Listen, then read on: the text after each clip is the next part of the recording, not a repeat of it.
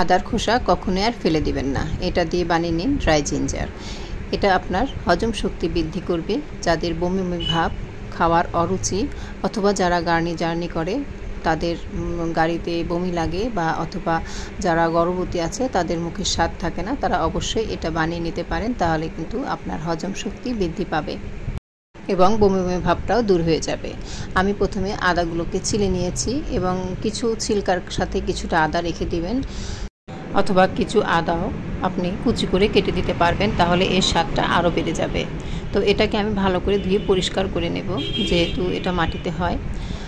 তো এটা খেলে আপনার গ্যাসের কোনো সমস্যা হবে না, আপনার আর গ্যাসের ওষুধ লাগবে না। এটা যখনই আপনার একটু গ্যাস লাগবে বা কোথাও যাচ্ছেন, আপনি ট্রাভেলে যাচ্ছেন, তাহলে এটা আপনার হাত ব্যাগে রেখে, কিন্তু এটা ছোটো কৌটাতে একটু হাত ব্যাগে রেখে দিবেন, এবং যখন ইচ্ছা তখনই আপনি খেতে পারবেন, এবং আপনার তখনই মুখের রুচিটা ফিরে আসবে এবং বমি বমি ভাবটা দূর হয়ে যাবে।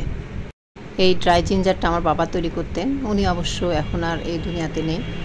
তো এটা আমি ভালো করে ধুয়ে পরিষ্কার করে নিয়েছি এবং চিপে চিপে পানিগুলো ভালো করে বের করে নিয়েছি। এরপরে দিয়ে দেব হাফ চা চামচ লবণ।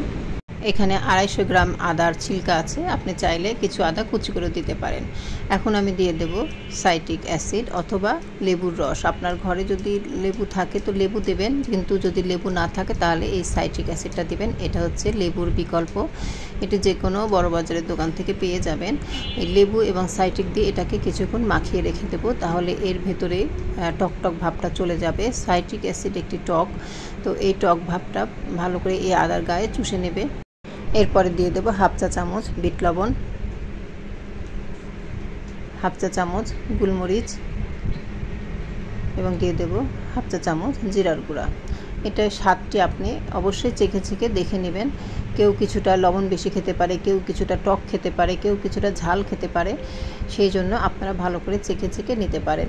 এই ড্রাই জিঞ্জারটি স্বাস্থ্যের জন্য খুবই উপকারী, কারণ এতে জিরা আছে, গোলমরিচ আছে, আদা আছে, এই সবগুলোই কিন্তু পেটের জন্য খুবই ভালো।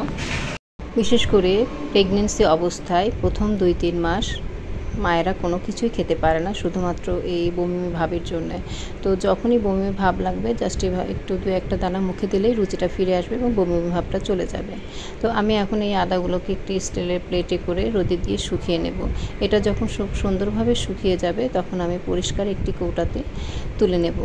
এরপর থেকে যখনই বমি ভাব, মুখে অরুচি থাকবে বা গ্যাসের কোনো সমস্যা হবে, 2-3টা দানা মুখের ভিতর নিয়ে নিলে আপনার রুচিটা ফিরে আসবে এবং গ্যাসের সমস্যাটা অনেকটাই কমে যাবে। তো বন্ধুরা, আমার ভিডিওটি ভালো লাগলে অবশ্যই লাইক, কমেন্ট এবং শেয়ার করে পাশে থাকবে। ধন্যবাদ।